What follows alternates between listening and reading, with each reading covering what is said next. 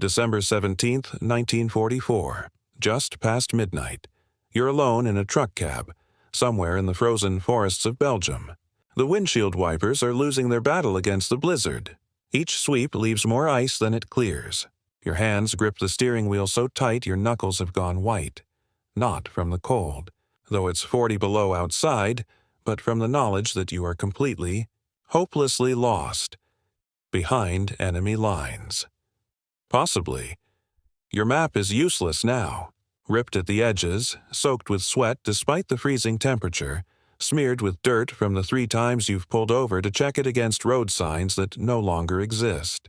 Every landmark you were supposed to watch for is gone, burned, bombed, or buried under 2 feet of snow. Radio silence has been ordered across the entire sector. Your unit doesn't know where you are. You have no idea where the front line really begins or ends anymore. For all you know, German tanks rolled past this position hours ago while you were taking the wrong fork in the road. But in the back of your truck is a payload more precious than gold. Thousands of gallons of high-octane aviation fuel. Gasoline meant for American Sherman tanks that are sitting dead in the snow right now, waiting for you. Fuel for men who are cold, cornered, and nearly out of options. What you don't know, what you can't possibly know as you squint through the blizzard trying to see the road ahead, is that if you turn back now, if you run out of fuel yourself, or if you're captured by a German patrol, Hitler's last desperate gamble might actually succeed. The elite panzer divisions are rolling through these forests right now, and they're hungry for exactly what you're carrying. If they get it, they'll use your fuel to push all the way to the coast, split the Allied armies in 2, and possibly change the outcome of the entire war. But if you keep going, if somehow, against all logic and odds, you find your way through this frozen hell, what you deliver won't just restart engines, it will reignite hope. It will save a battalion, and it will help stop the largest battle ever fought by the United States Army from becoming the greatest disaster. This is the story of Jack Miller, a truck driver from Pennsylvania who was never meant to be a hero. A man who took the wrong turn and brought the right thing to the right place at exactly the right time. And it starts with understanding why fuel, simple, ordinary gasoline, became the weapon that decided whether Hitler's last offensive would succeed or fail. The Battle of the Bulge began with a gamble so desperate that even Hitler's own generals thought it was insane. By December 1944, Germany was losing the war. Everyone knew it. The Russians were crushing through Poland from the east. The Americans and British had liberated France and were pressing against Germany's western border. It was only a matter of time before the Reich collapsed completely. But Adolf Hitler refused to accept defeat.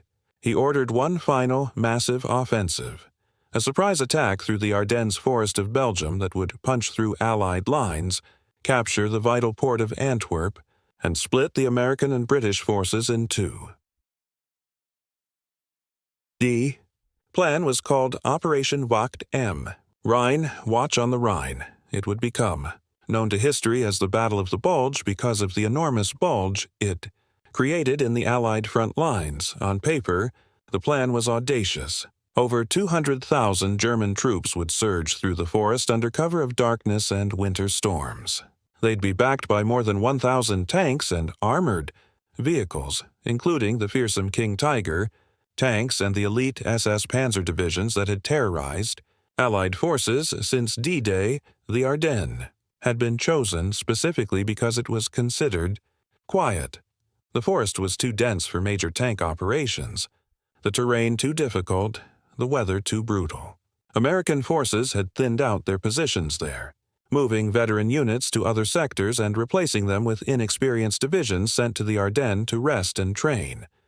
The Germans would have complete surprise. They would strike fast, break through weak points, and race for Antwerp before the Allies could react. If it worked, if they could reach the coast and capture the port, the Allied supply lines would be severed. The British forces would be cut off from the Americans. And Hitler believed he could force a negotiated peace on the Western Front, allowing Germany to focus all its remaining strength on fighting the Soviets. It was a plan born of desperation and delusion. But that didn't mean it couldn't work. On December 16, 1944, at 5:30 in the morning, the attack began. Over 1,600 German artillery pieces opened fire simultaneously along an 80-mile front. The barrage was so intense that American soldiers in their foxholes thought the world was ending. Then came the tanks, rumbling through the snow and fog like mechanical monsters. American units were overrun before they even understood what was happening. Communication lines were cut. Entire regiments were surrounded. The roads, already narrow and icy, became clogged with retreating civilians, desperate soldiers, and burning vehicles. Panic rippled through the Allied command. Nobody had expected this. The intelligence had completely missed the German buildup. Now, in the middle of winter, in terrible terrain, with horrible weather grounding most Allied aircraft, the German offensive was succeeding. But there was one critical flaw in Hitler's plan. One vulnerability that would ultimately doom the entire offensive even before it began. Fuel. The German war machine was running on fumes. Literally, Allied bombing had destroyed most of Germany's oil refineries and synthetic fuel plants. The panzer divisions rolling through the Ardennes had enough gasoline for maybe 4 or 5 days of combat operations, just enough to reach Antwerp if everything went perfectly, and perfectly meant capturing American fuel depots along the way. The German plan explicitly depended on stealing Allied gasoline. Every panzer division had orders to seize fuel dumps as priority objectives. Without captured fuel, the offensive would grind to a halt within days. The tanks would become steel coffins, immobilized in the snow, waiting for Allied counterattacks. German commanders knew this. They had calculated every gallon, every mile. It was the ultimate gamble. Attack with enough fuel to reach the objective, but only if you capture enemy fuel along the way to keep going. The Americans, in their chaotic retreat, were trying desperately to deny the Germans those fuel supplies. Depots were being evacuated, blown up, or hastily defended. But in the confusion of the first days, some depots fell into German hands. Kampfgruppe Peiper, the spearhead of the German advance led by SS Colonel Joachim Peiper, captured a small fuel dump near Billingen and immediately refueled their tanks. They were making terrifying progress. Peiper's battle group consisted of the most elite panzer forces Germany still possessed. They were fast, ruthless, and experienced. In the first 24 hours, they advanced 15 miles, an incredible distance for winter warfare in rough terrain. They were heading for a critical road junction at Stavelot, and beyond that lay massive American fuel depots at Spa. If Peiper captured those depots, his panzers would have enough fuel to reach the Meuse River, the last major barrier before Antwerp. The entire northern shoulder of the German attack would have the gasoline it needed to succeed. American commanders were frantically trying to organize defenses, but everything was falling apart. Units were scattered. Orders were contradictory. The weather was so bad that Allied air power, normally decisive, was grounded. Visibility was near zero, and in that chaos, the entire Allied war effort depended on something incredibly mundane: getting fuel to the tanks and guns that were still fighting. That's where men like Jack Miller came in. The invisible soldiers. The ones who never fired a shot but whose work determined whether the guns could fire at all.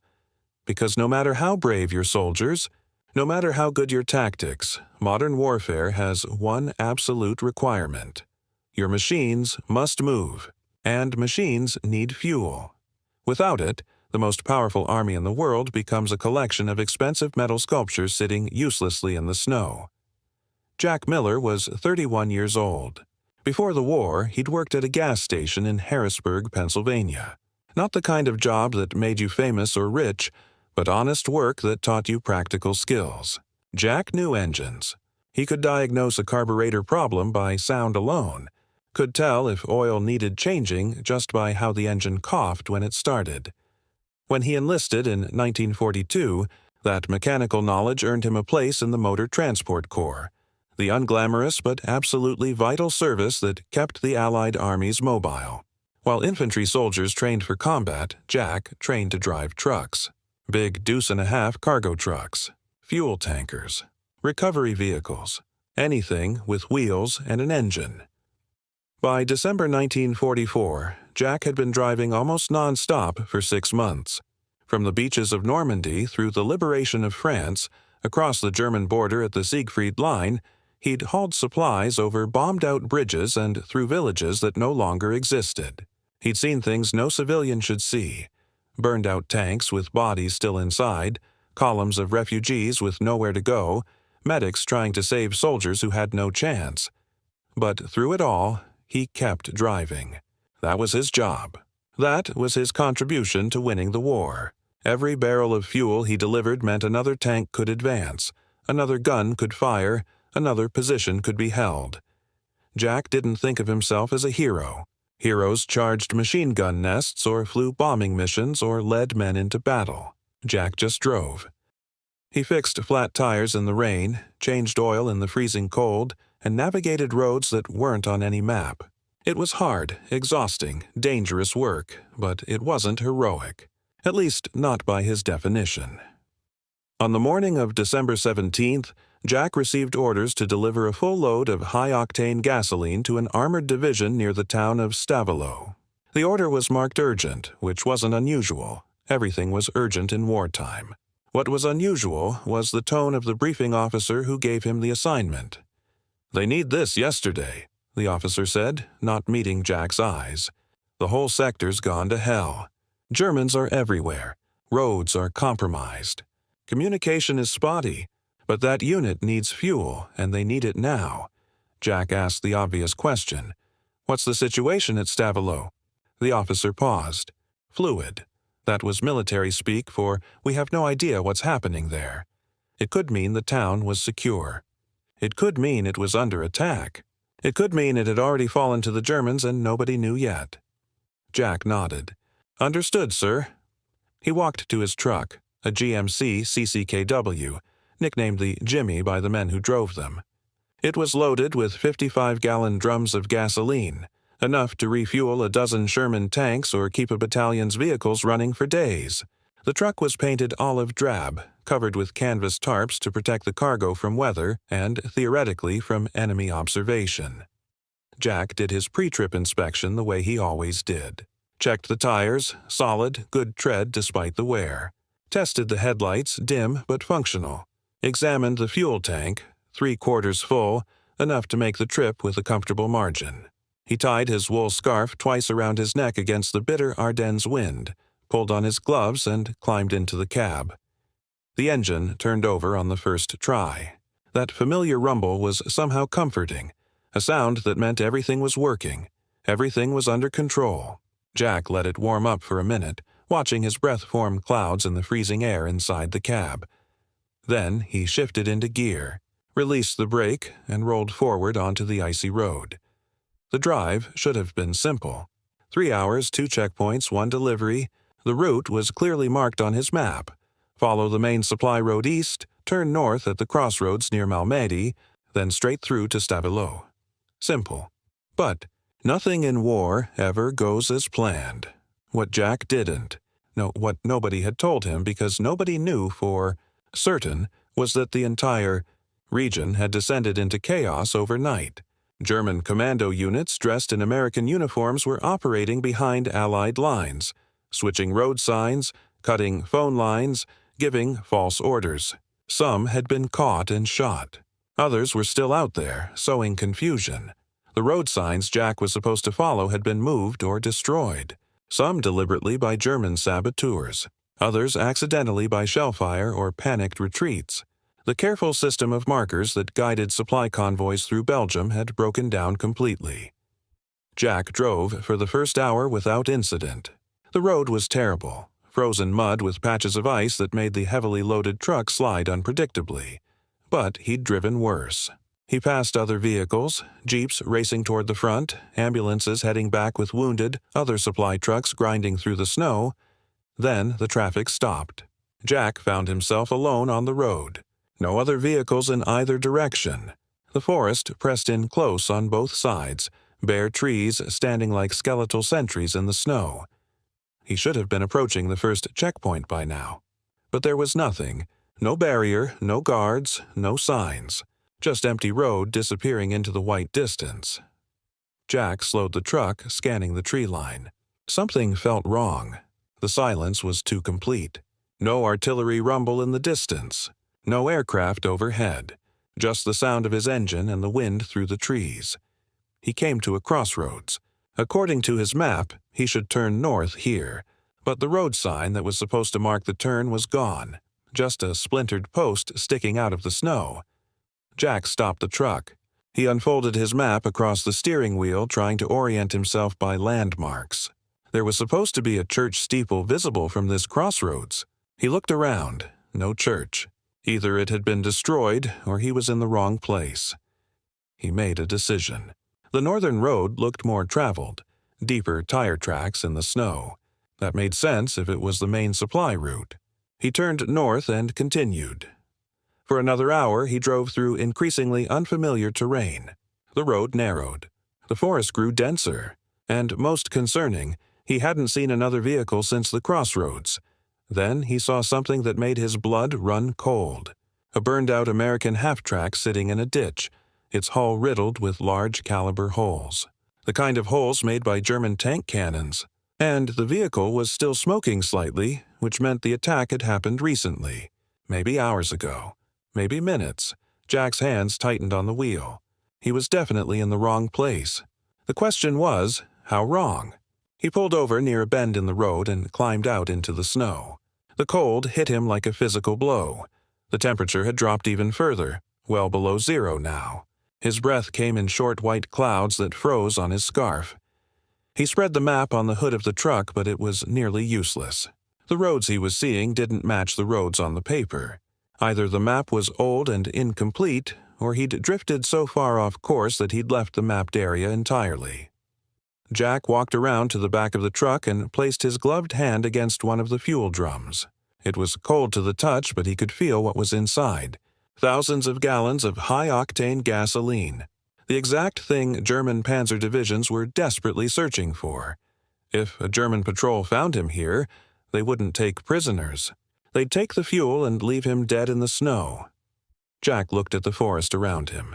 The trees were utterly still, heavy with snow. Somewhere out there, men were fighting and dying. Somewhere out there, American soldiers were waiting for the fuel he was carrying. And somewhere out there, maybe very close, German tanks were prowling through this same forest.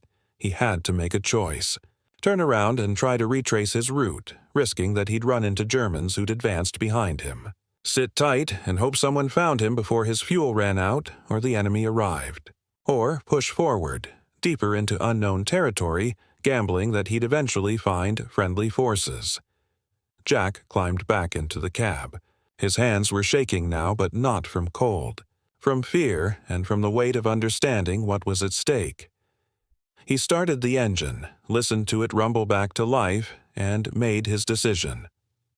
Forward. He would keep going forward. Because somewhere ahead, men were counting on him, and Jack Miller had never failed to complete a delivery, even if he had no idea where he was going. The road got worse. Much worse. What had been a narrow forest track became barely more than a path, hemmed in by trees so close that branches scraped against the canvas cover of the truck. Jack had to slow to a crawl, steering carefully to avoid the worst of the frozen ruts. He switched off his headlights. Too risky. If there were Germans nearby, lights would draw them like moths to flame. Instead, he relied on the pale ambient light from the snow and a red-lensed flashlight he held in one hand while steering with the other. The silence was oppressive. No engine sounds except his own. No voices, no birds. Not even wind. It was the kind of silence that makes your ears ring, makes you hyper-aware of every tiny sound, the creak of the truck's suspension, the crunch of snow under tires, his own heartbeat pounding in his chest. Then he saw movement ahead, just a flicker of light between the trees. Jack immediately killed the engine. The sudden silence was deafening. He sat frozen, hand on his sidearm, a Colt .45 pistol that he'd never fired except on a range. The light flickered again. Definitely real, not imagination. Could be a campfire. Could be a lantern.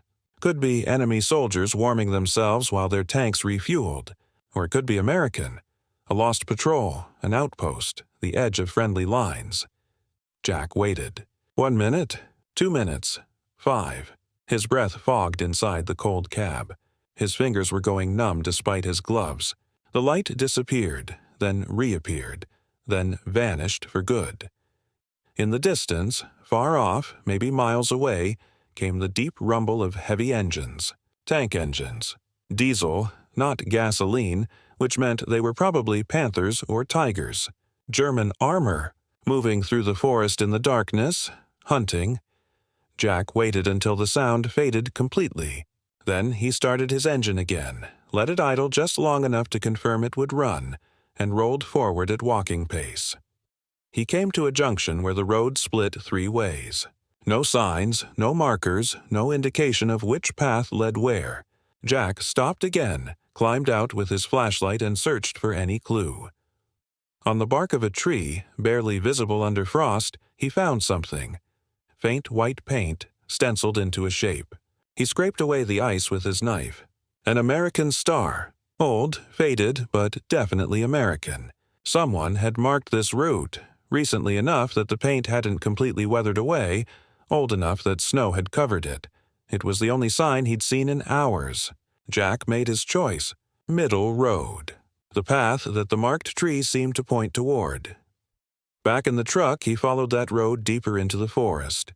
His fuel gauge was dropping. He'd been driving for nearly 4 hours now on what should have been a 3-hour trip. If he didn't find friendly forces soon, he'd run out of gas himself, and then he'd be stranded with a cargo that would make him a target for both sides.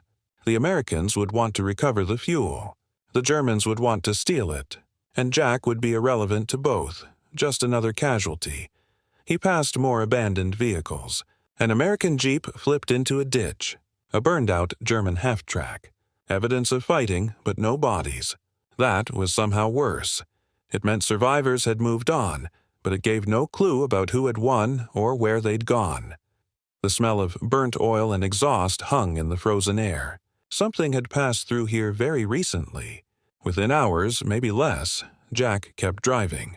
Hands locked on the wheel, eyes scanning the darkness for any sign of life. Friendly or otherwise? Then, after what felt like an eternity but had been less than 30 minutes, the forest began to thin. The trees opened up slightly. And ahead, barely visible through the snow, Jack saw barbed wire. Sandbags. A trench half buried in snow. His heart leaped. Fortifications. But whose?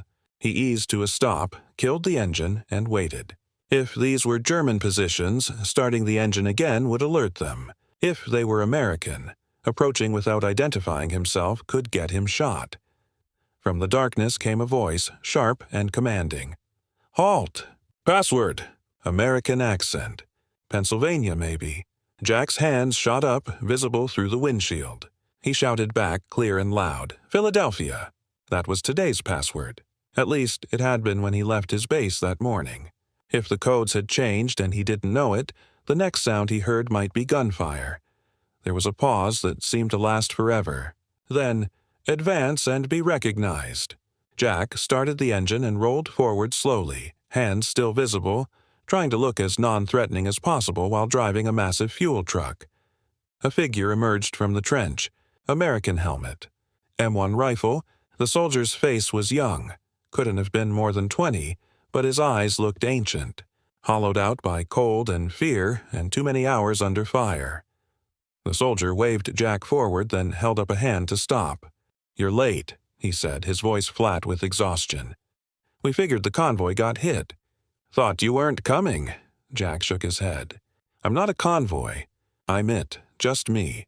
I got lost." The soldier stared at him. Then his eyes drifted to the back of the truck, to the 55-gallon drums visible under the canvas. "Is that what I think it is?" "High-octane. For the armor division. I was supposed to be in Stavilo hours ago." The soldier let out a low whistle. "Stavilo's gone. Germans took it yesterday. But you—" He paused, seeming to process the impossibility of what he was seeing. "You came from the south?" "I think so. I'm not entirely sure. That road's been cut for 2 days. There's a German panzer battalion between here and there." The soldier looked at Jack like he was seeing a ghost. "You drove right through them." Jack's stomach dropped. He'd been driving through German-held territory for hours without knowing it. Pure blind luck, and the blizzard that kept visibility near zero had kept him from being spotted. The soldier waved frantically to other men in the trenches. "Get the lieutenant! We've got fuel!" Within minutes, Jack's truck was surrounded by soldiers who looked like they'd been through hell. Frostbitten faces, torn uniforms, eyes that had seen too much. But when they saw those fuel drums, something changed. Hope flickered back to life. A young lieutenant pushed through the crowd. "You brought fuel?" Jack nodded. "For the armor division. Are there tanks here?" The lieutenant laughed, a harsh, bitter sound. "Oh, there are tanks. 6 Shermans that haven't moved in 2 days because we're bone dry. We were down to our last few gallons. Another hour and we'd have had to abandon position." He gripped Jack's shoulder. "You have no idea what you just did." Jack was about to reply when the lieutenant cut him off. "Get those drums unloaded, move! We've got company coming and we need these tanks operational now." Jack didn't understand yet. He would soon, but in that moment, as soldiers began frantically pulling fuel drums from his truck, he just felt relief. He'd made it. Against all odds, through impossible circumstances, he'd delivered his cargo. The mission was complete. What he didn't know, what nobody could have known, was that the fuel he'd just delivered would arrive at exactly the moment when it would matter most. They moved with desperate urgency. Soldiers pulled the 55-gallon drums from Jack's truck, rolling them across the frozen ground toward the Sherman tanks that sat silent in the snow. These weren't the graceful movements of a training exercise. These were the frantic actions of men who knew that every second counted. Jack climbed down from his cab, legs stiff from hours of tense driving, and watched as fuel lines were connected and hand pumps were set up. The cold made everything harder. Metal was brittle and painful to touch even through gloves. Fuel poured slowly, thickened by the freezing temperature. But the soldiers worked without complaint, without conversation. Just the intense focus of men who understood that their lives depended on getting these tanks operational. One by one, the Shermans came alive.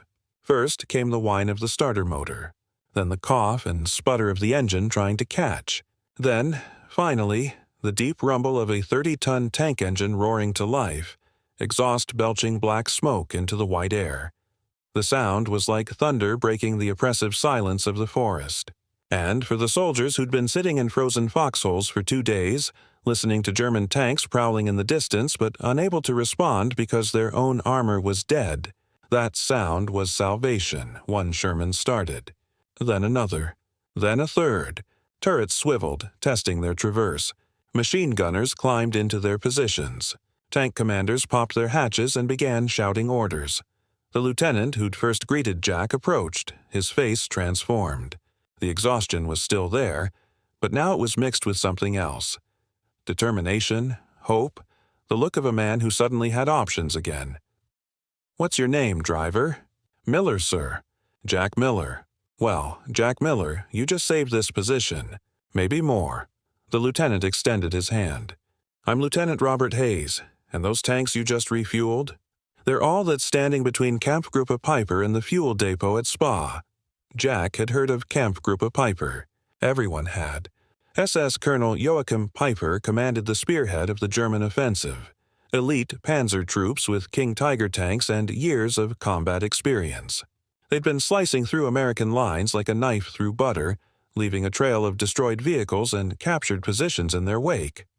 "Spa," Jack repeated. "That's one of the main fuel depots for this entire sector." 35,000 gallons. Hayes confirmed. "If Piper gets that, his entire battle group can refuel and push all the way to the Meuse River. We'd have German tanks on the doorstep of Antwerp." He looked at the now operational Shermans. "We're holding this crossroad. It's the only route Piper can use with his heavy armor. We couldn't hold without tanks, and our tanks couldn't fight without fuel. You brought us fuel. Now we can fight." Jack suddenly understood the scope of what had just happened. His wrong turn, his hours of being lost, his accidental arrival at this exact position. It hadn't just helped one unit. It had potentially blocked the main German advance. "How long until they get here?" Jack asked. Hayes checked his watch. "Intel says they're maybe 3 miles out. Could be hours. Could be minutes. Weather's slowing everyone down, but they're coming."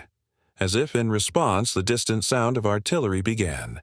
Not the random pops of sporadic fighting, but the sustained roar of a major engagement. Somewhere out in those frozen forests, the war was rolling toward them. "You should get out of here," Hayes said. "Get your truck back to friendly lines before—" He was interrupted by a sharp whistle from one of the observation posts. A soldier was pointing south, toward the road that wound through the forest. Even from here, Jack could see movement, dark shapes emerging from the trees. Large shapes. Tanks. The German attack on the American position at the crossroads came with terrifying speed and violence. The Americans had maybe 20 minutes of warning. Just. Enough time to get their newly refueled Shermans into fighting positions. And for the infantry to man their trenches. Jack had been ordered to move his truck to the rear, but there was no rear. The position was surrounded on 3 sides by forest, with only one road leading back toward American lines, and that road was now cut. He parked behind a ruined farmhouse and took cover, his Colt pistol in hand, knowing it would be useless.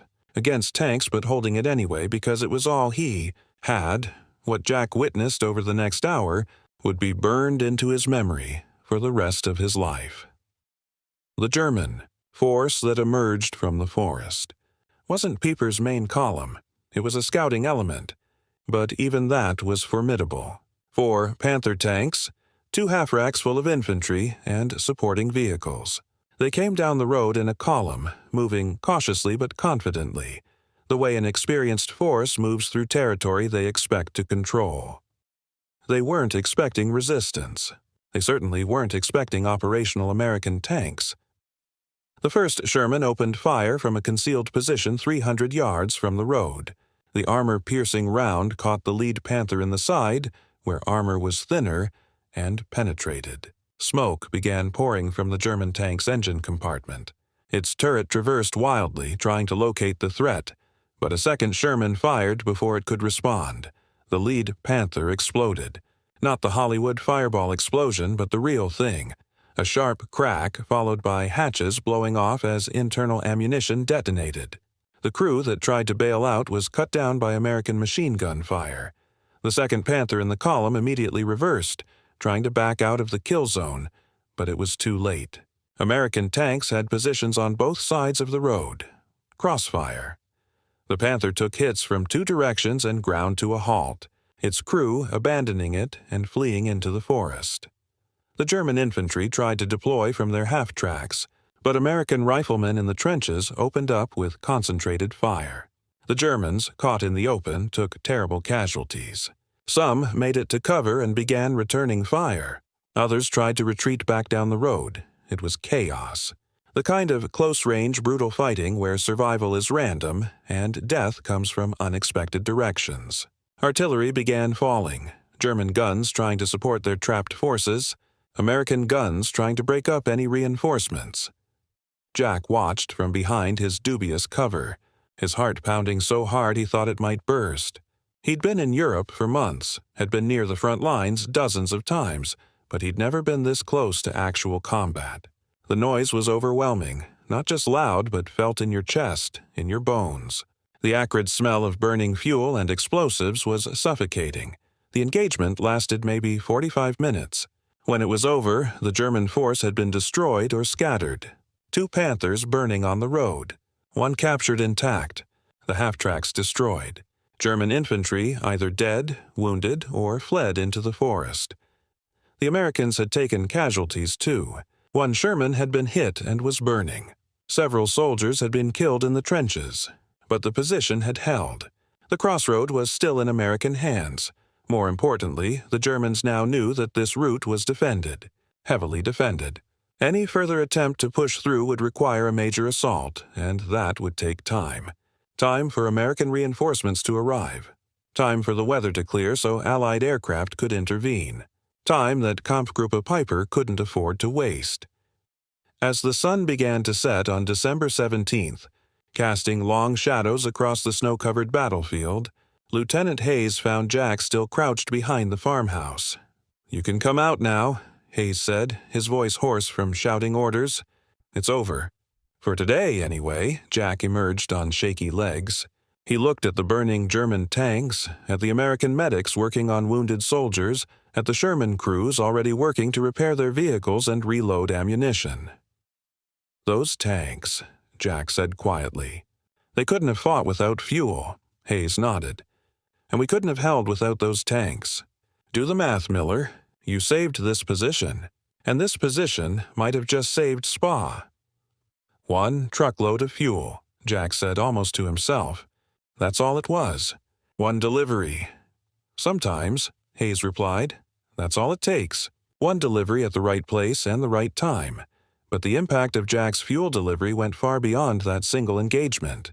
To understand why, you need to understand the larger picture of what was happening across the entire Battle of the Bulge, and specifically, what was happening with German fuel supplies. Kampfgruppe Peiper was the tip of the German spear, but it was a spear made of steel and powered by gasoline. And by December 17th, that gasoline was running dangerously low. Peiper had started the offensive with enough fuel to reach his objectives if everything went according to plan. But nothing in war goes according to plan. Resistance had been stronger than expected. Roads were worse than anticipated. The weather had slowed movement. And critically, several fuel depots that German intelligence said would be easy to capture had either been defended, evacuated, or destroyed before German forces could seize them. By the time Peiper's force reached the area around Stavelot, they were running on fumes. They'd captured one small American fuel depot at Billingen, but it wasn't enough. They needed the major depot at Spa, 35,000 gallons of high-grade gasoline that could refuel the entire Kampfgruppe and keep the offensive rolling. But Spa was on the other side of that crossroad, the crossroad where Jack's fuel had just enabled a successful defense. Peiper's scouts reported back the route was blocked by operational American armor. Attacking would require a major effort and would burn precious fuel they couldn't spare. They needed to find another route. The detour cost them 6 hours. 6 hours of precious daylight. 6 hours during which American reinforcements were moving up and defensive positions were being strengthened. 6 hours that Kampfgruppe Peiper would never get back. When they finally approached Spa from a different direction on December 18th, they found the depot already destroyed. American engineers had blown the fuel storage tanks and set fire to what couldn't be evacuated. 35,000 gallons of gasoline, the fuel that might have saved the German offensive, was burning in a massive pyre that could be seen for miles. Peiper was furious. His war diary, captured after the battle, recorded his frustration. Fuel situation critical. Advanced stalling. Must capture enemy supplies to continue. But there were no more supplies to capture. The Americans, having learned from the early confusion, were now systematically denying fuel to the Germans. Every depot was either defended or destroyed. Every captured fuel dump turned out to be empty or booby-trapped. By December 19th, Kampfgruppe. Peiper's tanks were grinding to a halt, not because they'd been defeated in combat, but because they literally had nothing left to put in their fuel tanks. Peiper's force, once the most dangerous mobile striking force in the German army, became a static position, surrounded by Americans and unable to move. On December 22nd, Peiper received orders to abandon his vehicles and escape on foot. Over 100 tanks, half-tracks, and armored vehicles were destroyed or abandoned.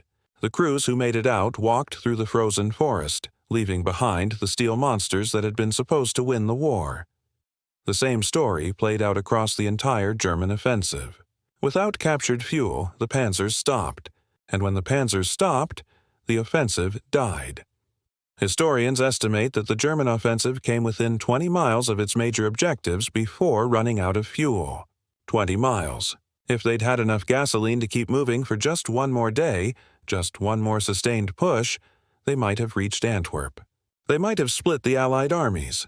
They might have changed the course of the war, but they didn't have that fuel. And part of the reason, just one part, but a real one, was that a lost American truck driver had accidentally delivered fuel to exactly the right place at exactly the right time, enabling a defense that delayed the German advance just long enough to start the cascade of failures that would doom Hitler's last gamble. Jack Miller spent that night at the crossroads position, sleeping fitfully in the cab of his empty truck. The next morning, a supply convoy arrived from American lines, bringing ammunition, food, and reinforcements. Jack joined that convoy on the return trip, finally making it back to his own unit 2 days after he'd left. His commanding officer was furious that Jack had been missing for 48 hours with no communication. Jack tried to explain. The wrong turn, the German-held territory, the accidental arrival at the forward position. It sounded insane even as he said it.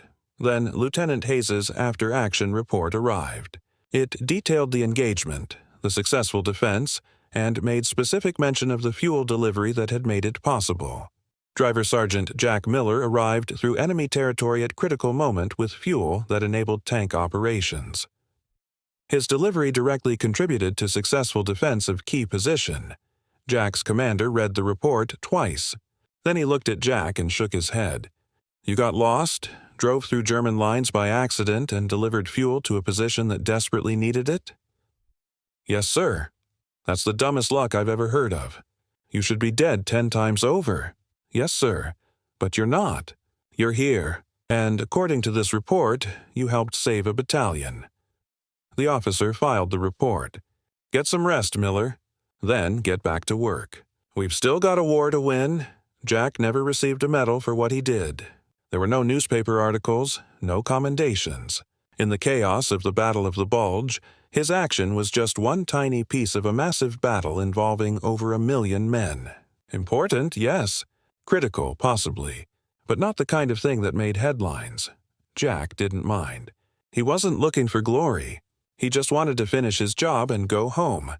The Battle of the Bulge would rage for another month. The final German surrender in the Ardennes didn't come until late January 1945. By then, over 19,000 American soldiers had died, with 47,500 wounded and 23,000 captured or missing. German casualties were even higher, somewhere between 80,000 and 100,000 men killed, wounded, or captured. It was the largest and bloodiest battle ever fought by the United States Army. The entire outcome hung on dozens of small moments like Jack's fuel delivery, moments where individuals made choices, took actions, and influenced events in ways they might never fully understand. When Jack came home in the spring of 1945, he stepped off a train in Harrisburg, Pennsylvania, carrying a duffel bag and a slight limp from weeks of cold weather exposure. No crowds met him, no reporters, no banners. His wife, Sarah, was there, along with his infant son whom Jack was seeing for the first time. He kissed Sarah. He held his son and felt the weight of new life in his arms. Then he went home to the small apartment they'd been renting before the war. He got a job driving trucks for a hardware company. The work was familiar, comfortable. He knew engines. He knew roads. He knew how to make deliveries on time. For decades, he never spoke about the Battle of the Bulge, not out of shame or trauma, but because it just seemed unimportant. He'd been a truck driver. That's all. He drove trucks before the war, drove them during the war, and drove them after. The war was something that had happened, something to be put away and moved past. It wasn't until the 1980s, when his grandson asked him about the war for a school project, that Jack finally told the story. The fuel delivery, the wrong turn, the frozen forest, the burning tanks, all of it. His grandson, wide-eyed, asked the question that mattered. "Did you know you were saving people?" Jack had thought about that question many times over the years. "I just knew they were waiting," he finally said. "I knew somewhere out there soldiers needed that fuel. And if I didn't deliver it, nobody would. So I kept driving." It was a simple answer. But it captured everything about why the Battle of the Bulge was won and why Germany's last offensive failed. The Germans had better tanks. They had more combat experience. They had the element of surprise. But they didn't have the logistics. They didn't have the supply lines. They didn't have the unglamorous but absolutely critical infrastructure of drivers and mechanics and supply sergeants who kept armies moving. The Americans did. They had hundreds of thousands of Jack Millers, men who did unglamorous work without recognition, men who kept trucks running, kept fuel flowing, kept supplies moving even when the situation was chaos and the maps were useless. That's what won the Battle of the Bulge. Not brilliant strategy, not superior tactics, but the grinding, relentless, unglamorous work of logistics. Fuel, ammunition, food, medical supplies, all delivered by people who never fired a shot but whose work determined whether the guns could fire at all. Jack Miller was one of those people, and while his name isn't carved on any memorial, his impact is written into history in the tanks that fought, the positions that held, and the offensive that failed because the Germans couldn't find fuel. Sometimes heroes don't carry rifles. Sometimes they carry wrenches. Sometimes the most important thing you can do in a war is simply refuse to quit, refuse to turn back, and refuse to accept that the job can't be done. Jack did that, and in doing that, he helped save the world. The forgotten soldiers of the Battle of the Bulge weren't just truck drivers like Jack Miller. They were cooks who kept men fed in sub-zero temperatures, medics who treated frostbite and wounds in foxholes, radio operators who maintained communications despite jammed signals and destroyed equipment, mechanics who repaired vehicles in the dark with frozen fingers, clerks who tracked supplies and sorted the chaos of war into comprehensible information. They were the invisible soldiers, the ones who never stormed a hill or captured an objective, the ones whose work was measured not in enemy casualties but in small, unglamorous successes. A truck that started, a radio that worked, a hot meal delivered to frozen men, fuel that arrived when it was needed most. These soldiers don't get statues or movies about their service. But every major victory in the Battle of the Bulge, every German advance that was stopped, every counterattack that succeeded, depended on their work. The famous defense of Bastogne, where the 101st Airborne Division held out against overwhelming German forces, is celebrated in history books and documentaries. What's less celebrated is the supply convoy that fought through German lines to deliver ammunition to Bastogne on December 26th. Without that ammunition, the paratroopers' rifles would have been clubs. The heroic stand would have become a massacre. The celebrated relief of Bastogne by Patton's Third Army is remembered as a triumph of mobile warfare. What's forgotten is that Patton's tanks needed 400,000 gallons of gasoline to make that 150-mile advance in 48 hours. Someone had to deliver that fuel. Thousands of someones, actually. Truck drivers like Jack making run after run, through snow and ice and enemy fire, because the mission mattered more than the fear. By the end of the Battle of the Bulge, the U.S. Army had delivered over 2.4 million gallons of gasoline to the Ardennes sector. Think about that number. That's not counting ammunition, food, medical supplies, replacement parts, or the thousands of other items that modern armies need to function. Just fuel. 2.4 million gallons delivered by truck over icy roads through territory contested by German forces, all while winter storms grounded most air transport. Each of those gallons had to be driven by someone who could have turned back when the roads got dangerous, someone who could have abandoned their cargo when German tanks were spotted, someone who could have made the rational decision to prioritize their own survival over completing a mission. But they didn't turn back. Thousands of Jack Millers kept driving, kept delivering, kept the lifeline flowing. That's what defeated Hitler's last gamble. Not superior firepower, not brilliant generals. The grinding, relentless logistics that allowed American forces to sustain combat operations while German forces ran out of everything. Today, there is no memorial to Jack Miller on the roads of Belgium. The crossroads where his fuel delivery made such a difference is now peaceful farmland, with no sign of the desperate fighting that happened there in December 1944. The forests where he got lost are quiet, popular with hikers who have no idea they're walking through a battlefield, but in a larger sense, Jack doesn't need a memorial. His legacy lives in a principle that remains true 80 years later. Wars are won not just by heroes, but by people who do their jobs well even when conditions are terrible and the outcome is uncertain. Jack Miller was a truck driver. That's all he ever claimed to be. But being a truck driver in December 1944 meant navigating without maps through enemy territory. It meant refusing to give up when every rational voice said to turn back. It meant delivering fuel that would help stop the largest German offensive of the war. The question isn't whether Jack Miller was a hero. The question is, what does heroism look like? If heroism is charging machine gun nests, then Jack wasn't a hero.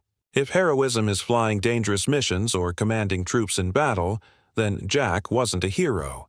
But if heroism is continuing to drive when you're lost and scared and surrounded by enemies. If heroism is completing your mission even when nobody would blame you for failing. If heroism is doing essential, unglamorous work that saves lives without seeking recognition, then Jack Miller was absolutely a hero. He just never thought of himself that way, and maybe that's the most important kind of hero. The kind who doesn't seek glory, who doesn't need recognition, who simply does what needs to be done because someone has to do it. The Battle of the Bulge was won by thousands of people like that. People whose names aren't in history books. People whose actions seem small in isolation, but whose collective impact changed everything. Next time you think about World War II, remember Jack Miller. Remember that behind every famous battle there were unfamous people making it possible. Remember that sometimes the most important thing you can do is not the dramatic gesture, but the simple act of refusing to quit. Jack's grandson once asked him what lesson he learned from the war. Jack thought for a long time before answering. Then he said, "I learned that you don't need to be special to do something that matters. You just need to show up and do your job, even when it's hard, especially when it's hard. That's not a dramatic lesson. It's not the stuff of action movies or stirring speeches. But it's true, and it's a truth worth remembering. Because the world is full of hard jobs that need doing. Jobs that won't make you famous, that won't get you recognition, that might not even be noticed unless they're not done. But they matter. They all matter. And the people who do them, the Jack Millers of the world, deserve to be remembered for what they really were. The quiet heroes whose work held the world together when it was trying to fall apart. Sometimes a wrong turn leads to exactly where you need to be. Sometimes getting lost is how you find your way into history. And sometimes saving the world comes down to one person, one truck, one delivery, at exactly the right moment. Jack Miller made that delivery. And because he did, the Battle of the Bulge was won, Hitler's last gamble failed, and the road to victory stayed open. That's worth remembering. All of it.